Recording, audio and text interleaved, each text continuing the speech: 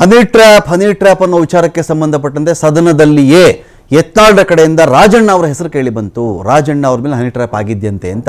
ಇದಕ್ಕೆ ರಾಜಣ್ಣ ಅವರು ಕೂಡ ನಾನು ದೂರು ಕೊಡ್ತೀನಿ, ಇದ್ರ ಬಗ್ಗೆ ತನಿಖೆ ಮಾಡಲಿ ಅಂತ ಅವರು ಕೂಡ ಹೇಳಾಯಿತು. ಇದೀಗ ರಾಜಣ್ಣ ಅವರ ಮಗ ರಾಜೇಂದ್ರ ಮಾತಾಡಿರೋದಿಲ್ಲಿ TV5 ಜೊತೆಯಲ್ಲಿ MLC ರಾಜೇಂದ್ರ ಇಲ್ಲಿ ಮಾತಾಡಿದ್ದಾರೆ. ವಿಡಿಯೋ ಕಾಲ್ಗಳು, ಮೆಸೇಜ್ಗಳು ಬರ್ತಾ ಇವೆ ನಮಗೆ, ವಿಡಿಯೋ ಕಾಲ್ ಮಾಡ್ತಾ ಇದ್ದಾರೆ ನಮಗೆ, ಸಂದೇಶಗಳು ಬರ್ತಾ ಇವೆ ನಮಗೆ. ಯಾರಿಗೂ ಈ ರೀತಿ ಆಗಬಾರ್ದು, ಹೆಸರು ಕೆಡಿಸೋಕೆ ಈ ರೀತಿ ಮಾಡ್ತಾ ಇದ್ದಾರೆ, ನಮ್ಗೆ ವಿಡಿಯೋ ಕಾಲ್ ಮಾಡ್ತಾ ಇದ್ದಾರೆ, ಮೆಸೇಜ್ ಮಾಡ್ತಾ ಇದ್ದಾರೆ, ನಮ್ಮ ಹೆಸರು ಕೆಡಿಸ್ಬೇಕು ಅಂತಲೇ ಇಂಥ ಕೃತ್ಯಕ್ಕೆ ಇಳಿದಿದ್ದಾರೆ. ನಮಗೆ ಯಾರ ಮೇಲೂ ಅನುಮಾನ ಇಲ್ಲ ಸ್ವಾಮಿ, ನಮಗೆ ಯಾರ ಮೇಲೂ ಅನುಮಾನ ಇಲ್ಲ ಅಂಥೇಳಿ TV5 ಜೊತೆಯಲ್ಲಿ ರಾಜಣ್ಣ ಅವರ ಮಗ MLC ರಾಜೇಂದ್ರ ಇಲ್ಲಿ ಮಾತಾಡಿದ್ದಾರೆ. ಹನಿ ಟ್ರ್ಯಾಪ್ ವಿಚಾರಕ್ಕೆ ಸಂಬಂಧಪಟ್ಟಂತೆ ಸಾಕಷ್ಟು ಟ್ವಿಸ್ಟ್ಗಳು ಸಿಗ್ತಾ ಇದೆ. ಈ ಬಗ್ಗೆ ಮಾತನಾಡಲಿಕ್ಕೆ MLC ಅಂತ ರಾಜೇಂದ್ರ ನಮ್ಮ ಜೊತೆ ಇದ್ದಾರೆ. ಸರ್, ಹನಿ ಟ್ರ್ಯಾಪ್ ಪ್ರಕರಣಕ್ಕೆ ಸಂಬಂಧಪಟ್ಟಂತೆ ಒಂದಿಷ್ಟು ಚರ್ಚೆಗಳು ಆಗ್ತಾ ಇದೆ. ಅದು ಸಚಿವರಂತ ಹಾಗೂ ನಿಮ್ಮ ತಂದೆಯವರು ರಾಜಣ್ಣ ಅವರು ಕೂಡ ಇವತ್ತು ಸದನದಲ್ಲಿ ಆರೋಪ ಮಾಡಿರುವಂಥದ್ದು. ಸರ್, ಸದನದಲ್ಲಿ ಇವತ್ತು ಆರೋಪ ಮಾಡಿದ್ದಾರೆ, ಹನಿ ಟ್ರ್ಯಾಪ್ ಆಗ್ತಾ ಇದೆ ಅಂತ ಮಾತನ್ನ ಸಚಿವರು ಇವತ್ತು ಕೇಳಿದರು. ಗೃಹ ಸಚಿವರಿಗೆ ಅವರು ಇವತ್ತು ಅದ್ರ ಬಗ್ಗೆ ಎನ್ಕ್ವೈರಿ ಆಗಬೇಕು ಅಂತ ಕೇಳಿದ್ದಾರೆ. ಎನ್ಕ್ವೈರಿ ಆಗಲಿ. ಸರ್, ಇದ್ರ ಬಗ್ಗೆ ಯಾವಾಗ ನಿಮ್ಗೆ ಏನಾದರೂ ಅನುಮಾನ ಬಂದಿದೆ ಸರ್? ಹನಿ ಟ್ರ್ಯಾಪ್ ಆಗ್ತಾ ಇದೆ ಅನ್ನೋ ಅನುಮಾನ ಅಥವಾ ಯಾರಾದರೂ ಸುಳುವು ಏನಾದರೂ ಕೊಟ್ಟಿದ್ರ ಅಂತ? ಅನುಮಾನ ವಿಡಿಯೋ ಕಾಲ್ಸ್ ಬರ್ತಾ ಇದೆ, ಸೊ ಬರ್ತಾ ಇದೆ, ಮೆಸೇಜಸ್ಗಳು ಬರ್ತಾ ಇದ್ದಾವೆ. ಸೊ ಅದ್ರ ಬಗ್ಗೆ ಪ್ರಯತ್ನ ಮಾಡ್ತಾ ಇರ್ಬೋದು ಅಂತ ನಮ್ಮ ಸಚಿವ ಸತೀಶ್ ಜಾರಕಿಹೊಳಿ ಹೇಳಿದ್ರು 2 ಬಾರಿ ಹನಿ ಟ್ರ್ಯಾಪ್ ಆಗಿದೆ, ಇದಕ್ಕೆ ಸಂಬಂಧಪಟ್ಟಂತೆ ನಾನು ಮಾತಾಡಿದ್ದೀನಿ, ಗೃಹ ಸಚಿವರಿಗೂ ದೂರು ಕೊಡ್ತೀನಿ ಅಂತ ಇವತ್ತು ಸ್ಪಷ್ಟನೆ ಕೊಟ್ಟಿರೋದು ಸರ್. ಇಲ್ಲ, ಗೃಹ ಸಚಿವರಿಗೆ ಇವತ್ತು ಮಾನ್ಯ ಸಹಕಾರ ಸಚಿವರು ಹೇಳಿದ್ದಾರೆ, ಮೊನ್ನೆ KN ರಾಜಣ್ಣ ಅವರು ಹೇಳಿದ್ದಾರೆ. ಸತೀಶ್ ಅವರನ್ನು ಭಾಳ ದಿನದಿಂದ ಆಗ್ತಾ ಇದೆ, 20 ಜನಕ್ಕಿಂತ ಮೇಲ್ಜನಕ್ಕೆ ಆಗಿದೆ ಅಂತ ಮಾತನ್ನ ಇವತ್ತು ಸತೀಶ್ ಜಾರಕಿಹೊಳಿ ಅವರು ಹೇಳಿರುವಂಥದ್ದು. ಸೊ ಯಾರ ಮೇಲೆ ಆಗಲಿ ಅದು ತಪ್ಪದು.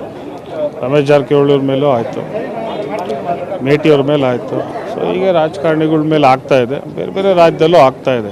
ಸೊ ಯಾರ ಮೇಲೆ ಆಗಲಿ ರಾಜಕಾರಣಿಗಳ ಮೇಲೆ ಆಗುವಂಥದ್ದು ತಪ್ಪು. ರಾಜಕಾರಣಿ ಅಂತಲ್ಲ, ವೈಯಕ್ತಿಕ ವ್ಯಕ್ತಿ ಮೇಲೆ ಆಗುವಂಥದ್ದು ತಪ್ಪು. ಸರ್, ಯಾಕೆ ಸರ್ ರಾಜಣ್ಣ ಆ್ಯಂಡ್ ರಾಜೇಂದ್ರ ಅವರ ಟಾರ್ಗೆಟ್ ಆಗ್ತಾ ಇದೆಯಾ ಅಂತ? ಏನು ಟಾರ್ಗೆಟ್ ಮಾಡಿದ್ರು ಏನೂ ಆಗಲ್ಲಪ್ಪ. ಟಾರ್ಗೆಟ್ ಮಾಡೋರು ಮಾಡ್ತಾನೆ ಅವ್ರೆ, ಏನಾಯ್ತು ಈಗ? ಏನು ಟಾರ್ಗೆಟ್ ಮಾಡೋರು ರಾಜಣ್ಣವ್ರಿಗೂ ಏನಾಗಲ್ಲ, ನನಗೂ ಏನೂ ಆಗೋದಿಲ್ಲ. ಏನೋ ಹೆಸರು ಕೆಟ್ಟ ಹೆಸರು ತರಬೇಕು ಅಂತ ಪ್ರಯತ್ನಗಳು ನಡೀತಾ ಇದೆ, ಒಳ್ಳೇದಾಗಲಿ. ಸರ್, ಯಾರ ಮೇಲೆ ಅದು ಅನುಮಾನ ಇದೆ ಸರ್? ಈ ಹನಿ ಟ್ರ್ಯಾಪ್ ಇಲ್ಲ, ಅನುಮಾನ ಯಾರ ಮೇಲೂ ಇಲ್ಲ, ಆಗಿದೆ ಅದು ಅನುಮಾನ ಯಾರ ಮೇಲೂ ಇಲ್ಲ. ಬಟ್ ಸತ್ಯ ಯಾರ ಮೇಲೆ ಬರಲಿ, ಅದು ಯಾರು ಮಾಡ್ತಾ ಇದ್ದಾರೆ ಅಂತ ಮಾಹಿತಿ ಗೊತ್ತಾಗಲಿ ಅಷ್ಟೇ ರಾಜ್ಯದ ಜನಕ್ಕೆ. ಜೊತೆಗೆ 48 ಜನರ ಮೇಲೂ ಹನಿ ಟ್ರ್ಯಾಪ್ ಆಗಿದೆ ಅನ್ನೋದು ಇವತ್ತು ಸದನದಲ್ಲಿ ಸಚಿವ ರಾಜಣ್ಣವರು ಆರೋಪ ಮಾಡಿರುವಂಥದ್ದು. ಹೇಳಿದ್ದಾರೆ ಇಡೀ ರಾಷ್ಟ್ರದಲ್ಲಿ, ಅದು ರಾಜ್ಯದಲ್ಲೆಲ್ಲ, ಇಡೀ ರಾಷ್ಟ್ರದಲ್ಲಿ 48 ಜನಕ್ಕೆ ಆಗಿದೆ ಅಂತ ಮತ್ತೊಂದು ಸಹಕಾರ ಸಚಿವರು ಹೇಳಿದ್ದಾರೆ. ಸೊ ನಮ್ಮ ರಾಜ್ಯದಲ್ಲಿ ಈಗ ಯಾರ ಮೇಲೆ ಆಗ್ತಾ ಇದೆ ಅದು ತನಿಖೆ ಆಗಲಿ ಅಂತ ಇವತ್ತು ಸದನದಲ್ಲಿ ಹೇಳಿದ್ದಾರೆ. ತನಿಖೆ ಆಗಲಿ ಅದು. ಸರ್, ಅಂದರೆ ಹಿಂದೆ ಹನಿ ಟ್ರ್ಯಾಪ್ ಆಗಿದ್ದಂಥ ಮಾಡಿದಂಥ ಒಂದು ಟೀಮೇ ಈಗಲೂ ಹನಿ ಟ್ರ್ಯಾಪ್ಗೆ ಪ್ರಯತ್ನ ಪಡ್ತಿರೋಂಥ BJP ನಾಯಕರು ಆರೋಪ ಮಾಡ್ತಾರೆ. ಹಿಂದೆ ಯಾರು ಮಾಡಿದ್ರು ನನಗೆ ಗೊತ್ತಿಲ್ಲ, ಯಾರು ಮಾಡ್ತಾ ಇದ್ದಾರೆ ಅಂತ ಗೊತ್ತಿಲ್ಲ. ತನಿಖೆ ಆಗಲಿ ಅಷ್ಟೇ. ಸರ್, ಇದ್ರ ಬಗ್ಗೆ CMಗೆ ಏನಾದರೂ ದೂರು ಕೊಟ್ಟಿದ್ದಾರೆ? CMಗೆ ಮತ್ತು ಹೈಕಮಾಂಡ್ಗೆ ಇವತ್ತು ದೂರು ಕೊಡ್ತೀನಿ. ಸರ್, ಮತ್ತೆ ಪರಮೇಶ್ವರ್ ಹೇಳ್ತಾ ಇದ್ರು ದೂರು ಕೊಟ್ಟರೆ ನಾನು ತನಿಖೆ ಮಾಡಿಸ್ತೀನಿ ಅಂತ. ದೂರು ಕೊಡೋದಕ್ಕೆ ನೀವಾಗಲಿ ಅಥವಾ ನಿಮ್ಮ ತಂದೆ ಸಚಿವ ರಾಜಣ್ಣವರಾಗಲಿ ಮುಂದಾಗ್ತಾರೆ? ಇವತ್ತು ಮಾತಾಡಿದ್ದಾರೆ ಸದನದಲ್ಲಿ, ಅವರು ತನಿಖೆ ಕೊಡೋದಕ್ಕೆ ಲೆಟರ್ ಕೊಡ್ತೀನಿ ಅಂತ ಹೇಳಿದೆ. ನಾನು ಗೃಹ ಸಚಿವರಿಗೆ ಮತ್ತು ಮುಖ್ಯಮಂತ್ರಿಗಳು ಲೆಟರ್ ಕೊಡ್ತೀನಿ. ರಾಜಕೀಯ ಷಡ್ಯಂತ್ರ ಸ್ವಪಕ್ಷದವರಿಂದಲೇ ಆಗ್ತಾ ಇದೆ ಅನ್ನೋದು ಅದು ನಿಮ್ಮ ಮಾತಪ್ಪ. ಸ್ವಪಕ್ಷದಲ್ಲಿ ಏನಿಲ್ಲ, ಯಾರೇ ಮಾಡೋರು ತಪ್ಪು. ವಿರೋಧ ಪಕ್ಷದವರು, ನಮ್ಮ ಪಾರ್ಟಿಯವರು, ಯಾರೇ ಮಾಡೋರು ತಪ್ಪು ಅಷ್ಟೇ. ಇದಿಷ್ಟು MLC ರಾಜೇಂದ್ರ ಅವರ ಮಾತಾಗಿದ್ದು. ಕ್ಯಾಮ್ರಾ ಪರ್ಸನ್ ಸಿದ್ದು ಜೊತೆ LN ಸ್ವಾಮಿ, TV5 ಬೆಂಗಳೂರು.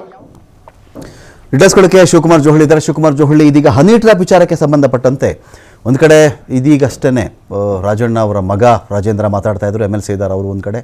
ಸದನದಲ್ಲಿ ನೋಡಿದ್ರೆ ಯತ್ನಾಳ್ರೆ ಹೇಳಿಬಿಟ್ರು ಸಹಕಾರ ಸಚಿವರು ಹನಿ ಟ್ರ್ಯಾಪ್ಗೆ ಸಿಕ್ಕಾಕೊಂಡಿದ್ದಾರಂತೆ ಎನ್ನುವ ಅರ್ಥದಲ್ಲಿ ಅವರು ಕೂಡ ಮಾತಾಡ್ತಾ ಇದ್ರು.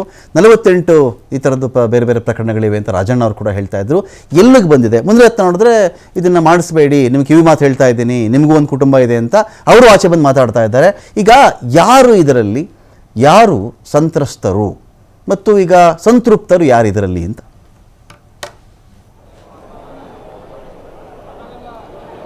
ರಮಕಾಂತ್, ಕಳೆದ 3 ದಿನಗಳಿಂದಲೂ ಕೂಡ ಈ ಹನಿ ಟ್ರ್ಯಾಪ್ ವಿಚಾರ ದೊಡ್ಡ ಮಟ್ಟದ ಸದ್ದಾಗ್ತಾ ಇತ್ತು. ಮಾಧ್ಯಮಗಳಲ್ಲಿ ನಿರಂತರವಾಗಿ ವರದಿಯಾಗ್ತಾ ಇತ್ತು.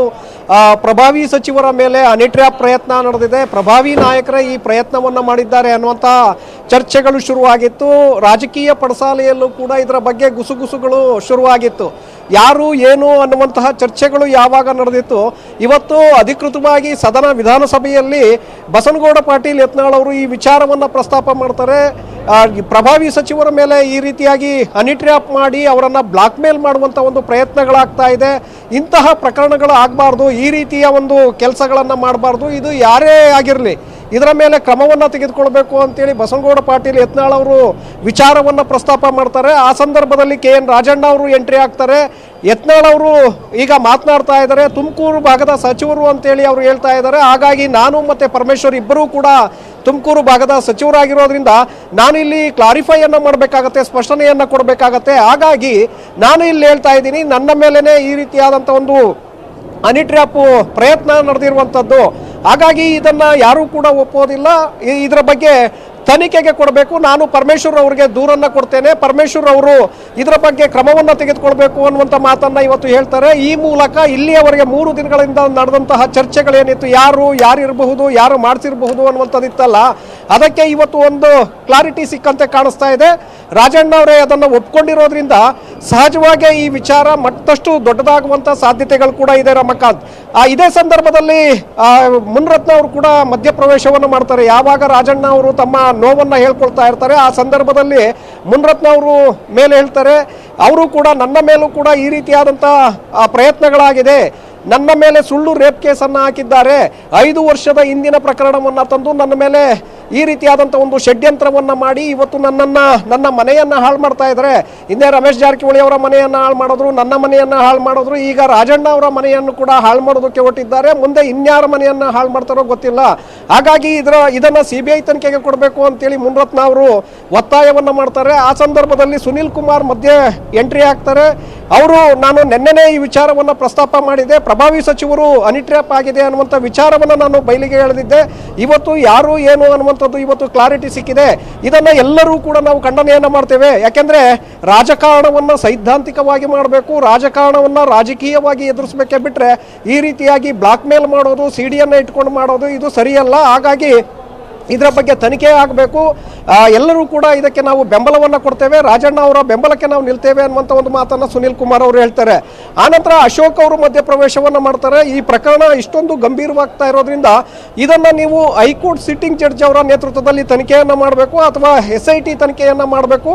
ಹಾಗಾಗಿ ಇದನ್ನು ಸದನದಲ್ಲದೆ ನೀವು ಉತ್ತರವನ್ನು ಕೊಡಬೇಕು ಅನ್ನುವಂಥ ಆಗ್ರಹವನ್ನು ಸ್ಪೀಕರ್ ಅವರ ಮುಂದೆ ಇಡ್ತಾರೆ. ಯಾಕೆಂದರೆ ನೀವೆಲ್ಲೋ ಬೇರೆ ಕಡೆ ಆದೇಶವನ್ನು ಮಾಡಿದ್ವಿ, ಈಗ ಸೂಚನೆ ಕೊಟ್ಟಿದ್ದೇವೆ ಅನ್ನುವಂಥ ಸಬೂಬುಗಳು ಬೇಡ, ಸದನದಲ್ಲೇ ನೀವು ಯಾವ ತನಿಖೆಗೆ ಕೊಡ್ತಾ ಇದ್ದೀರಿ ಅನ್ನುವಂಥದ್ದನ್ನು ಸ್ಪಷ್ಟಪಡಿಸಬೇಕು ಅಂತೇಳಿ ಅಶೋಕ್ ಅವರು ಆಗ್ರಹವನ್ನು ಮಾಡ್ತಾರೆ. ನಂತರ ರಾಜಣ್ಣ ಅವರು ಹೇಳ್ತಾರೆ, ನಾವು ನನ್ನ ಮೇಲೆ ಈ ರೀತಿಯಾದಂಥ ಪ್ರಯತ್ನ ಆಗಿದೆ, ನನ್ನೊಬ್ಬನ ಮೇಲಲ್ಲ ಅಥವಾ ಇಲ್ಲಿ ಕೆಲವರ ಮೇಲೆ ಆಗಿರಬಹುದು, 48 ಜನರ ಮೇಲೆ ಈ ರೀತಿಯಾದಂಥ ಒಂದು ಪ್ರಯತ್ನಗಳಾಗಿದೆ. ನಮ್ಮ ರಾಜ್ಯದವರು ಕೂಡ ಇದ್ದಾರೆ, ಹೊರ ರಾಜ್ಯದವರು ಕೂಡ ಇದ್ದಾರೆ. ಹಾಗಾಗಿ ಇದರ ಬಗ್ಗೆ ತನಿಖೆ ಆಗಬೇಕು. ನಮ್ಮಲ್ಲೂ ಕೂಡ CD ಫ್ಯಾಕ್ಟ್ರಿ ಒಬ್ಬರು ಇದ್ದಾರೆ, ಹಾಗೆ ನಿಮ್ಮಲ್ಲೂ ಕೂಡ ಒಬ್ಬರು CD ಫ್ಯಾಕ್ಟ್ರಿ ಇದ್ದಾರೆ ಅನ್ನುವಂಥ ವಿಚಾರವನ್ನು ಕೂಡ ಅಲ್ಲಿ ಮುಂದೆ ತರ್ತಾರೆ. ಆಗ ಸಾಕಷ್ಟು ಕುತೂಹಲ ಮೂಡುತ್ತೆ. ಅಂದ್ರೆ ಕಾಂಗ್ರೆಸ್ ಪಕ್ಷದಲ್ಲಿ ಇರುವಂತಹ CD ಫ್ಯಾಕ್ಟ್ರಿ ಯಾವುದು, ಒಂದು ಸೂಕ್ಷ್ಮ ವಿಚಾರ ಇದೆ ಇಲ್ಲಿ, CD ಫ್ಯಾಕ್ಟ್ರಿ ಯಾವುದು, ಚರ್ಚೆಗಳು ಅಲ್ಲಿ ಶುರುವಾಗುತ್ತೆ. ಒಂದು ಸೂಕ್ಷ್ಮ ವಿಚಾರ ಏನು ಅಂತ ಹೇಳಿದ್ರೆ, ಹನಿ ಟ್ರ್ಯಾಪ್ ಮಾಡುವಂತಹ ಯತ್ನ ನಡೆದಿದ್ಯಾ, ಹನಿ ಟ್ರ್ಯಾಪೇ ಆಗಿ ಹೋದ ಮೇಲೆ ಆ CD ಇಟ್ಕೊಂಡು ಪೆನ್ ಡ್ರೈವ್ ಇಟ್ಕೊಂಡು ಹೆದರ್ಸ್ಲಾಗ್ತಾ ಇದೆಯಾ ಅಂತ ವಿಷಯ.